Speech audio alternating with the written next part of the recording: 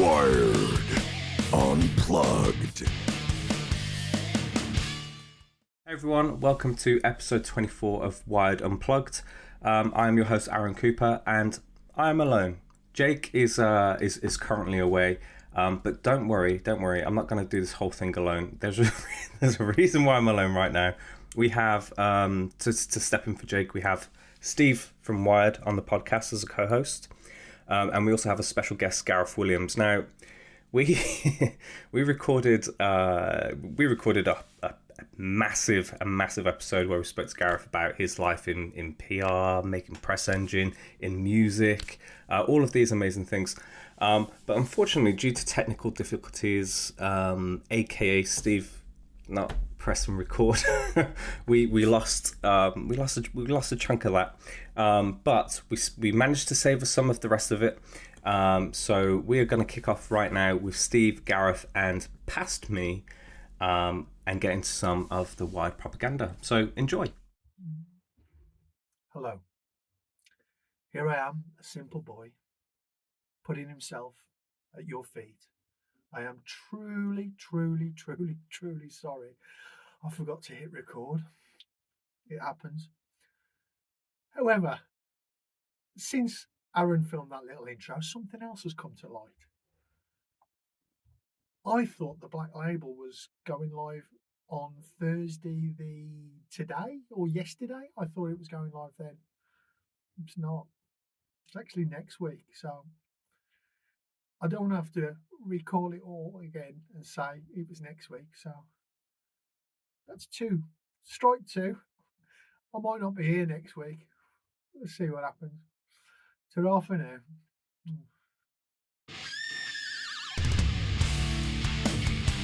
Wired. Unplugged. Wired propaganda. Have I ever told you the two rules to entertainment? Don't talk about entertainment. No, there are two rules to entertainment. Number one is always keep your audience wanting more. Bastard. Yeah. Good, isn't it? Don't even ask it. Just Good don't one. ask number two. Good one. You know you want to, don't you? So, That's Bob Monkhouse. He was very clever. Bob Monkhouse, yes. Mm. Yes, he was. But you really want to ask the second one, don't you? I do actually. Yeah. there you go. Yeah. So we're in the wide propaganda section of the show, and today, this is usually something that I do, but today, Steve is putting on the propaganda hat and is going to divulge all of the latest goings on in the world of Wired. Steve. Well, it's going to have to sort of balance. Wow, you've got like when it's on sideways, it kind of makes you look like Kane from WWE. No, The Undertaker. Oh, right. Okay. WWE, yeah. It looks it looks religious from this angle. Steve is mighty. Okay. Okay. Steve, what's going on? I'll just leave it propped. Right. Now you look like Oscar, who used to be at Unity. So we've got loads going on at Wired, as always. We've covered a couple of these before, but I'll go over them again. So, big one for me. Less than 2 weeks to go until Arcade Paradise launches. Gasp. Getting really close. August 11th. August the 11th. We've been putting little videos up, which you might recognise the voiceover on, is me, where I'm going through the game. So I've done the first 10 so far.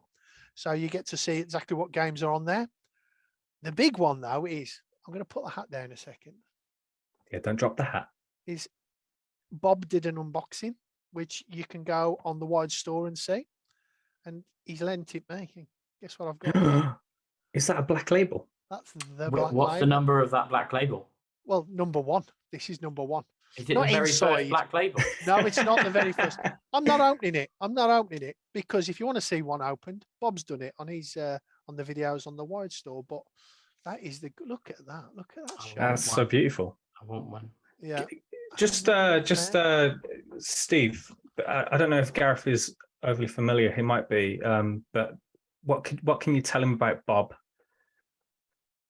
Handsome chap. It's the first thing I would say. With a sparkling personality, northern lad as well.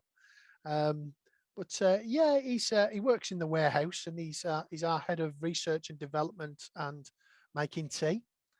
Excellent. And To make a good tea. Is it a good brew?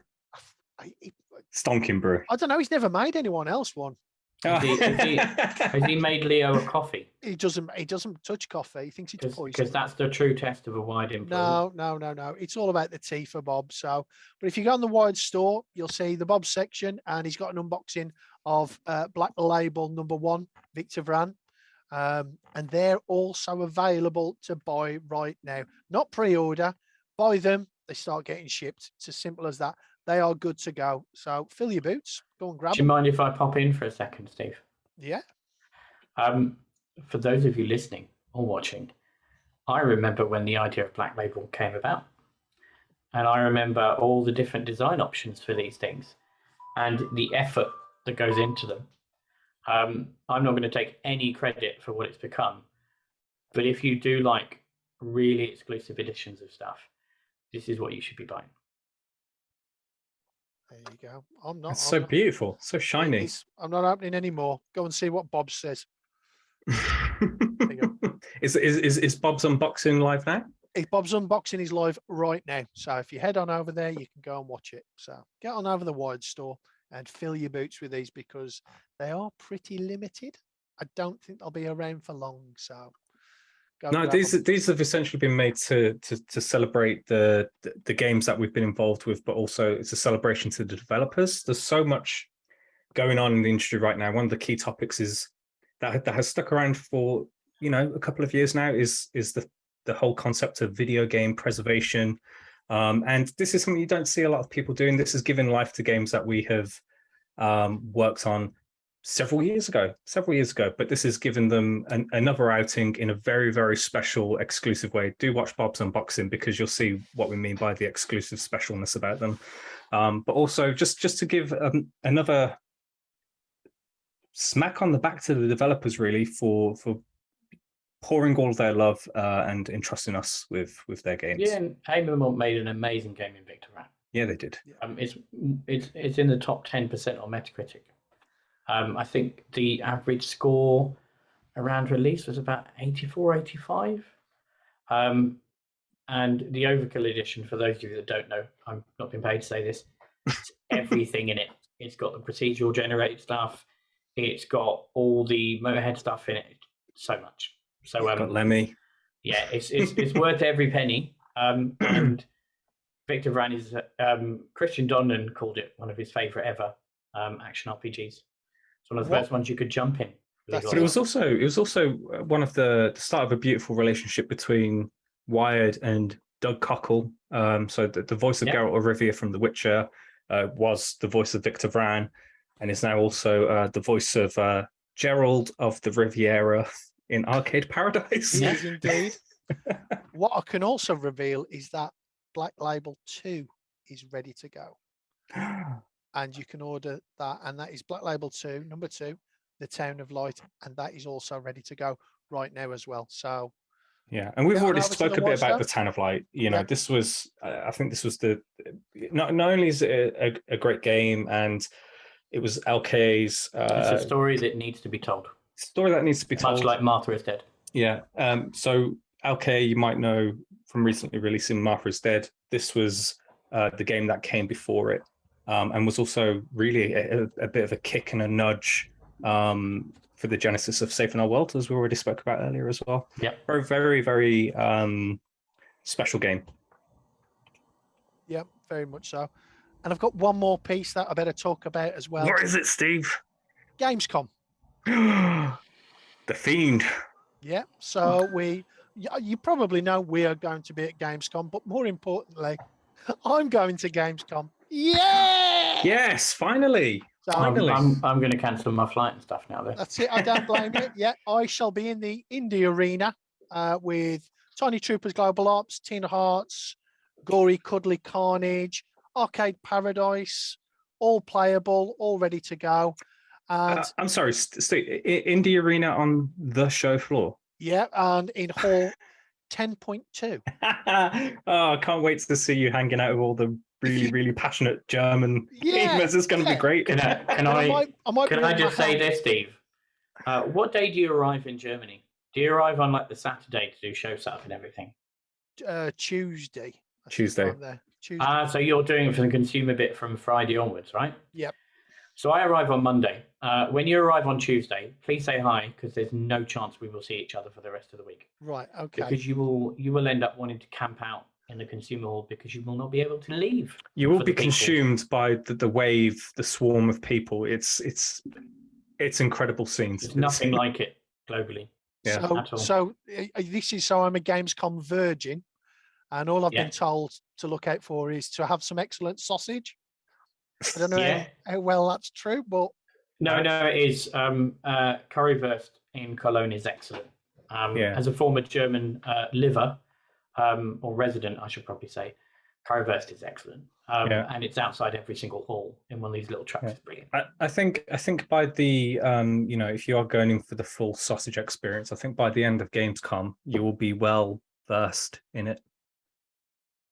all sausage. Anyone? days. No, no. I enjoyed it. Well versed. Yes. Can I give you one suggestion?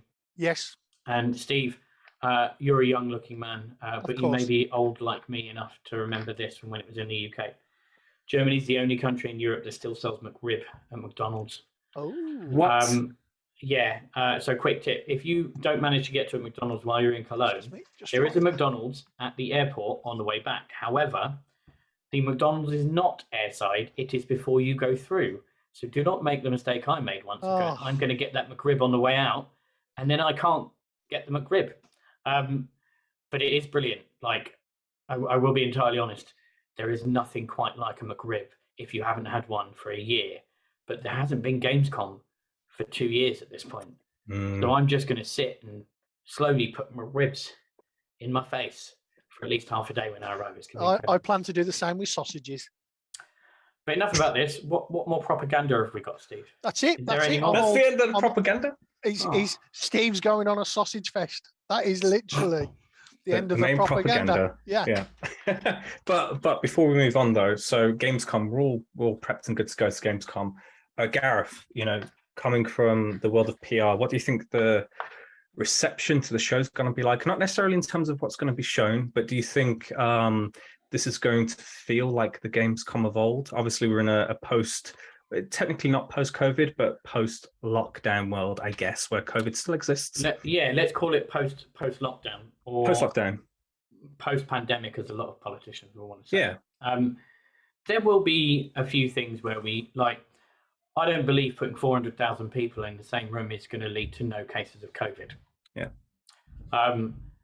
But hopefully, putting my politics hat on, hopefully the majority of people have been vaccinated and boosted by this point. But you should, everybody should take precautions. If I'm entering the consumer hall, and just so you know, I will not be entering the consumer hall at any point, I would be wearing a mask.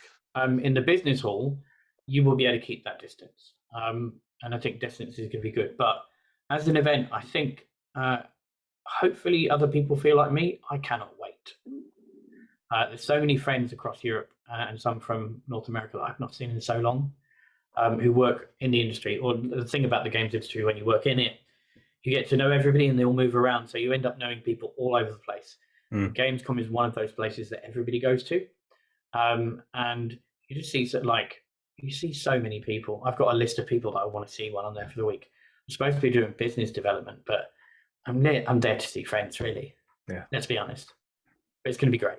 Yeah, well, the main question is always, what are you up to now? And then people are always doing something completely different to what they did before and absolutely smashing it. And you're like, oh, that's interesting. Let's do something. And the second question is usually, Coach? Kolsch. Yeah, Coach. Kolsch. And then we're good. Ah, Steve, you'll love a Kolsch. What is it? Ein Kolsch, bitte. Bitte? Yeah. Or you say, Ein 10 bitte, which is 10 halves of Kolsch in a little wooden rack. Oh, I've learned the secret password. Now I'm ready for Germany. That'll do. Okay, so anyway, it's a time for a bit of news we stole from the internet. And that's where a jingle comes in. It's like, Jingle, jingle, jingle, jingle. from Google. So on to the news that we stole from the internet, because we did steal it from the internet. Sometimes we steal it from Twitter. Sometimes we steal it from Video Game Chronicles. Sorry, Andy, this is credit to you up front. Don't send the hounds after us. But we're going to kick off. We're going to kick off with just the one story today, because we're running a little short on time, because Gareth is just so awesome with so many stories. But we're kicking off with the fact that Ubisoft have reportedly delayed the next Assassin's Creed game until 2023. Now, there's some little points to get up front here. So the report is that this has been delayed, but it is reportedly an internal delay. This game that they're referring to hasn't actually been announced. So this is something that was reported in by Bloomberg back in February, that Ubisoft were working on a smaller scale Assassin's Creed title, which I think, in the spirit of Assassin's Creed, those games, in my personal opinion, I don't know what you think, did start to get a little bit too big. So the promise of a smaller scale Assassin's Creed game kind of sounds my jam. But do they mean the side-scrolling ones at smaller scale, or do they mean the original size of Assassin's Creed? I think it's more in terms of scale and scope, so world scope and things like that, because there's meant to be an emphasis on stealth, like proper Assassin's Creed style gameplay, like classic Assassin's Creed, shall we say. Do you mean what they took from Splinter Cell? What they took from Splinter Cell and Prince of Persia, yes. Yeah. No, but how do you feel about this? Because, I mean, I've just recently, out of all the games in the world that are there to play, I've just started playing Assassin's Creed 2 again. The Ezio games, which, are my favorite. They are the best ones. They are the best ones. And I'm loving it. I'm absolutely loving it. It's a nice flashback to a time where it felt wholesome and complete. And I think I dabbled with Assassin's Creed 3 at some point, and then didn't carry on. So I bounced off Assassin's Creed 3 very hard. But Assassin's Creed 2 seems to be a nice, wholesome experience, and I'm kind of interested to see what you think about this news. Like, does a smaller scale Assassin's Creed appeal to you or not? Me or Steve? Both. You, me. I'll answer first then, if that's all right, Steve. Because Yep. I mean, it's not as if I'm giving you a choice, is it? Sorry. If we go back to a game before Assassin's Creed has some cool bits in it. The combat system's brilliant. The setting's great. The story's a bit naff, and some of the acting, especially by our British friend in the first few, was verging on a bit ridiculous. But one of the things Assassin's Creed 2 did really well was it stole the collectibles from what is it? The game that was bundled with the Halo multiplayer beta, Crackdown. Do you remember how you had the orb for Crackdown, right? Yeah.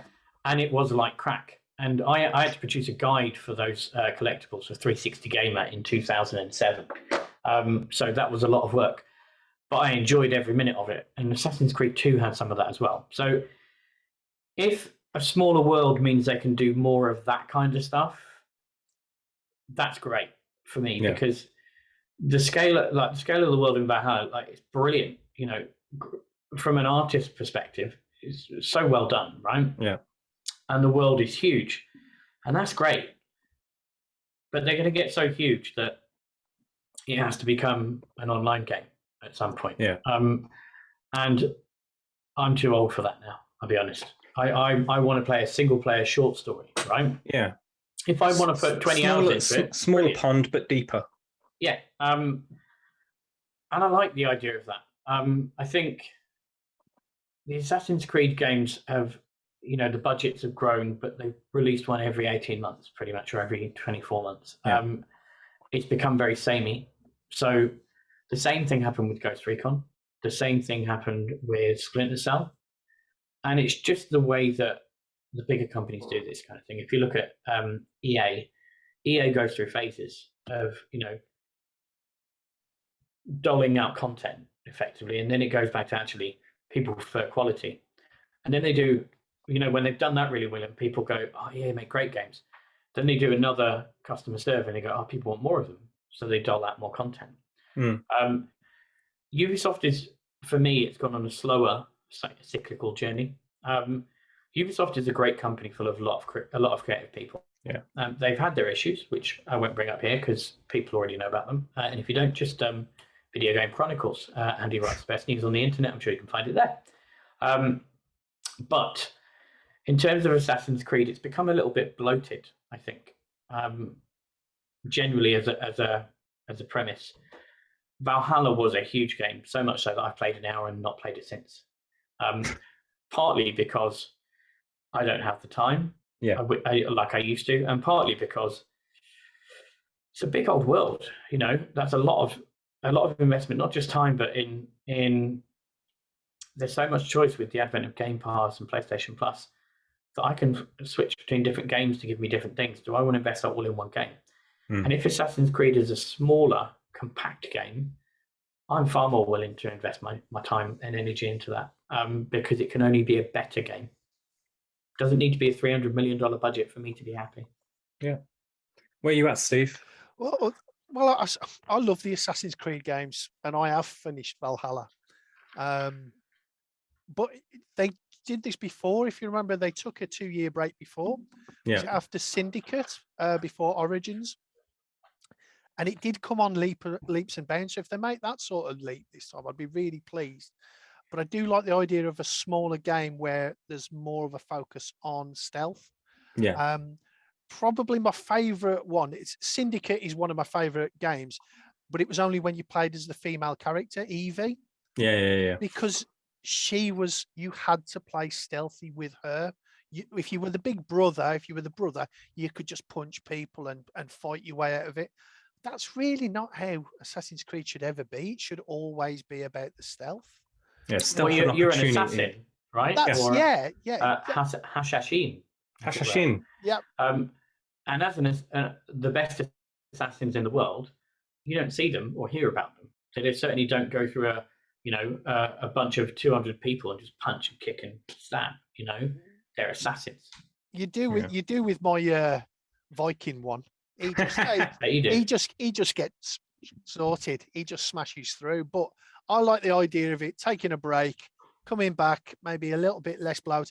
I think some of the Ubisoft games, they do have that collectible sort of thing Death about by them. menu icon.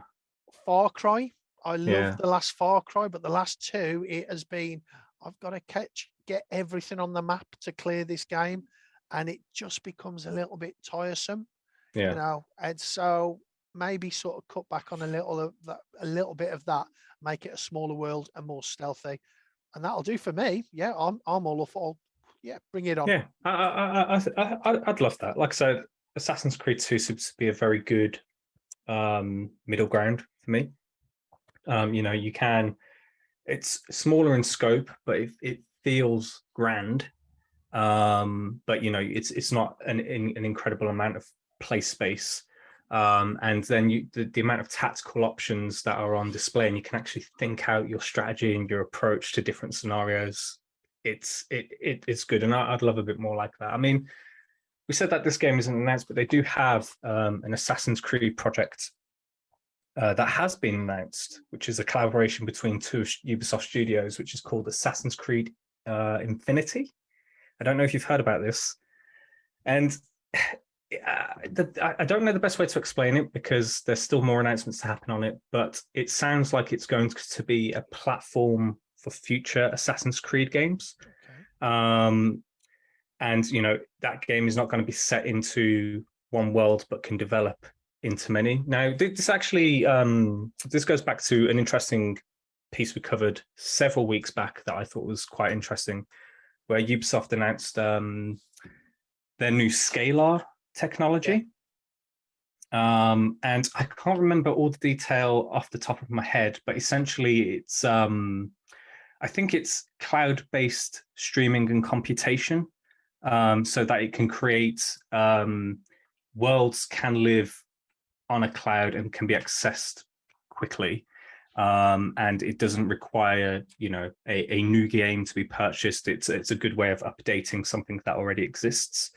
So I do wonder if those things are linked. Do you know what that says to me, though, Aaron? What? It says free Online. to play. Free to play online. The only game to ever try and use cloud technology was Crackdown 3. Yeah, that was an interesting story, though, right? Because they didn't get to use it in the way they initially stated. Do you want to know the secret surrounding that, though? Yeah. So the guy who was creating that technology, the demo that he did, I'm trying to remember his name, but he's the guy that originally did GTA. He did GTA 1 and 2. And he did the original Crackdown, and then he sold that company to Microsoft. And then he left, and then he created this cloud computing company. The guy from DMC? Yeah. Yeah. I think it is. Or DMA even. DMA, sorry, yeah. DMA Design, yeah. And not the Reverend Run, don't worry. After Microsoft bought that company, he didn't stay too long.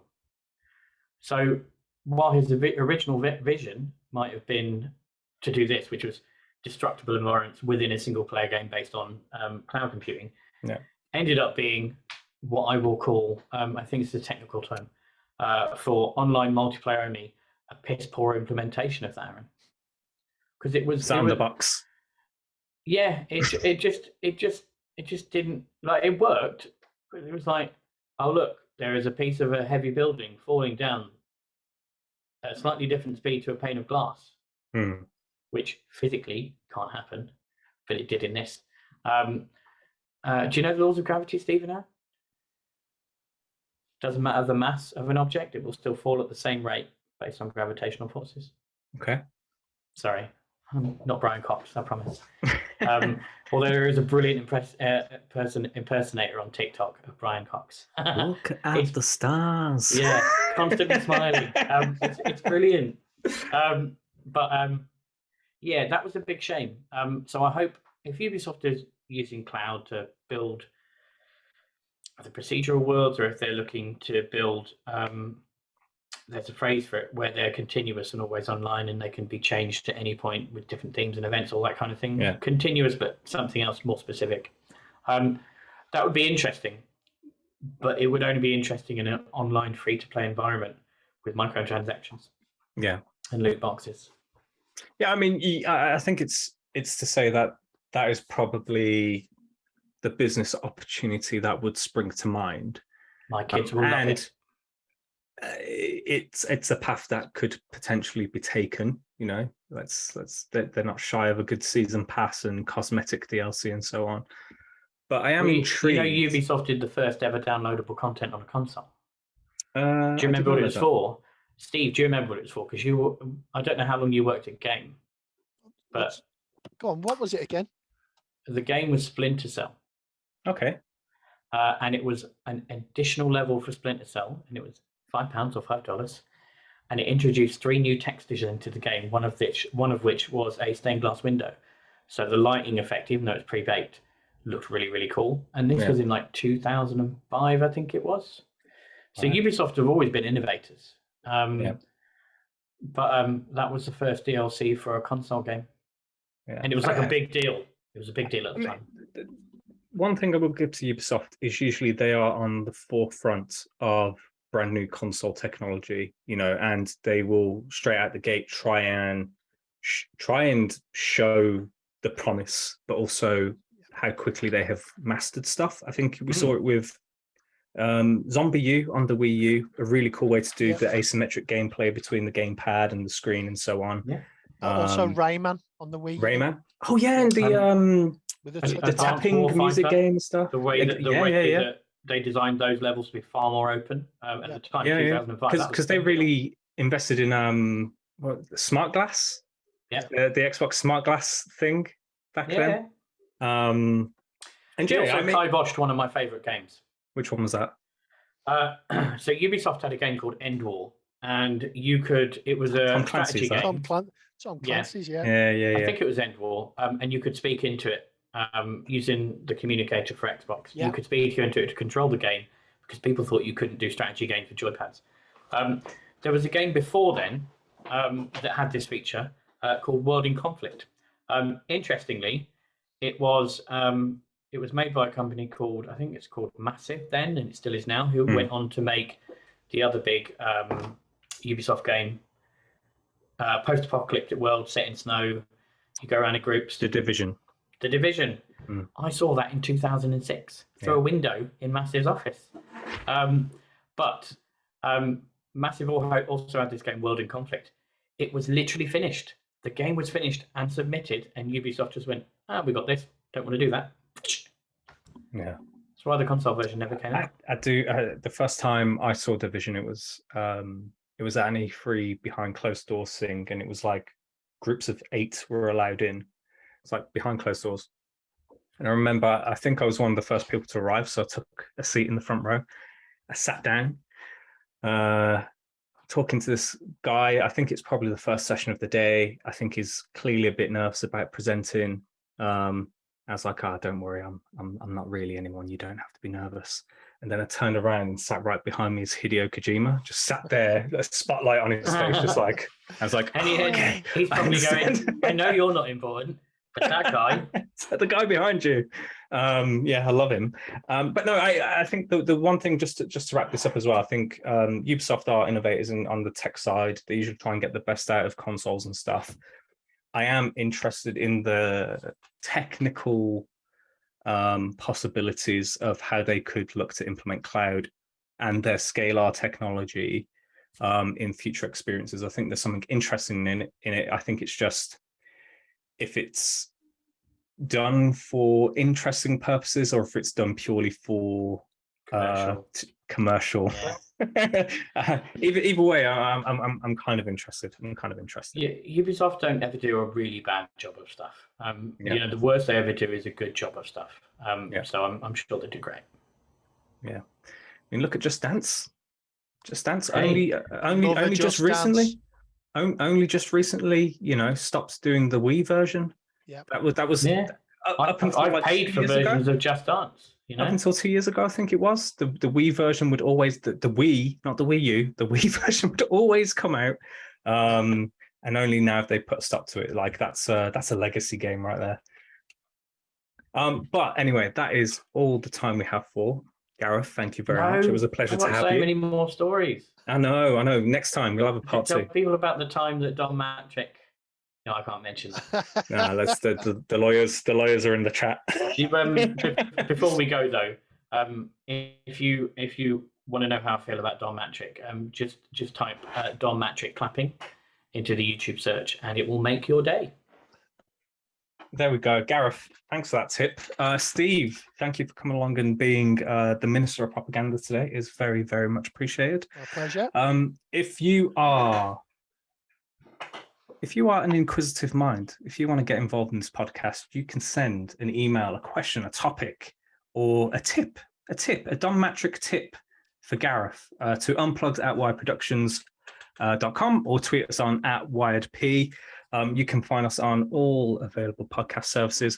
Most of them, the good ones we're on, and Spotify. And of course, if you're watching this on YouTube, do give us a follow, drop a comment, like and subscribe, and we will see you next week. Thank you very much. Have a great week.